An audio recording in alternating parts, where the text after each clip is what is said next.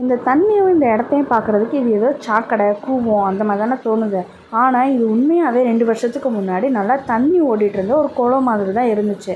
அதில் மீன்கள்லாம் ஏராளமாக நல்லா சூப்பராக அழகழகு மீன்களாக சுற்றிட்டுருக்கும். பார்க்குறதுக்கே சூப்பராக இருக்கும். ஆனால் இந்த ஏரியா மக்களாக யார் என்னன்னு தெரில, அவ்வளோ குப்பை போட்டு வச்சு இப்போ பாருங்களேன், பார்க்குறதுக்கே டிச்சு மாதிரி இருக்குது. இந்த இடம் எங்கே இருக்குன்னா சேலத்தில் மாமங்கம் அப்படின்னு சொல்கிற அந்த இடத்துல இருக்குது. இப்பயும் அந்த இடத்துல மீன்கள் வாழ தான் செய்யுது. ஆனால் இவங்க போடுற பிளாஸ்டிக் குப்பையெல்லாம் சாப்பிட்டு அந்த மீன் என்ன ஆகும்னு யோசிச்சாலே பயமாக இருக்குது. இங்கே பாருங்கள், நான் ஜூம் பண்ணி காட்டுறேன். உள்ளே எவ்வளோ அழகழகாக மீன்கள் சுற்றிட்டுருக்கு பாருங்கள். நிறைய மீன் இருந்துச்சு. ஒரு பயங்கரமாக பொல்யூட் பண்ணி வச்சுருக்காங்க.